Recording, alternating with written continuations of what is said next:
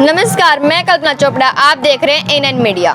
आज हम जिनकी बदौलत यहाँ तक पहुँचे हैं, संविधान निर्माता, महान रहबर, कलम के बादशाह बाबा साहेब डॉक्टर भीमराव अंबेडकर जी की 131वीं जयंती पूरे विश्व में बड़े धूमधाम से मनाई जा रही है। इस अवसर पर मैम हल्के के गांव फरमाना में भी डॉक्टर भीमराव अंबेडकर युवा समिति द्वारा आयोजन किया गया है।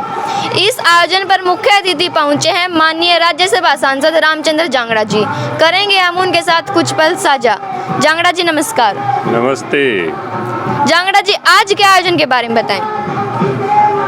आज इतिहास पुरुष का युग पुरुष कहें बाबा साहब भीमराव अंबेडकर की 131वीं जयंती है आज, जिन्होंने इस देश के दलितों को, पिछड़ों को, वंचितों को, अछूतों को समाज में, देश में राजनीतिक, आर्थिक और सामाजिक स्वतंत्रता दिलवाई और उनको एक सम्मान का जीवन जीने का एक रास्ता दिखाया।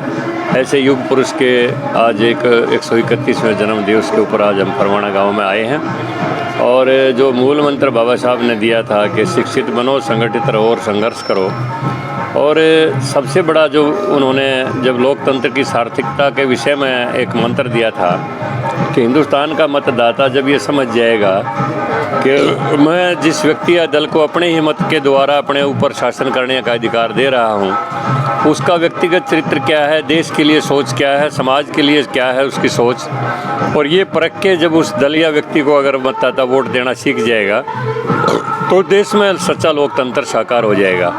और यही रास्ता आज जो बाबा साहब ने दिखाया था वो प्रशस्त हो रहा है। और आज मोदी जी के नेतृत्व में जो काम परिवार में पैदा हुए, खुद उन्होंने बहुत ही गरीबी का भाव का जीवन देखा। आज भी उनके माँ के जीवन से, उनके परिवार के जीवन से सारा देश उनको समझ सकता है, परख सकता है। और जिन्होंने छोटे से घर में पैदा होके और आज विश्व में एक भारत को गौरवमय स्थान दिलवाया, ये बाबा साहब अम्बेडकर की ही देन है।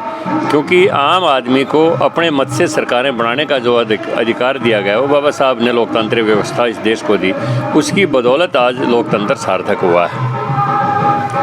आज डॉक्टर भीमराव अंबेडकर युवा समिति ने जो मांग रखी है उस पर क्या एक्शन लिया जाएगा?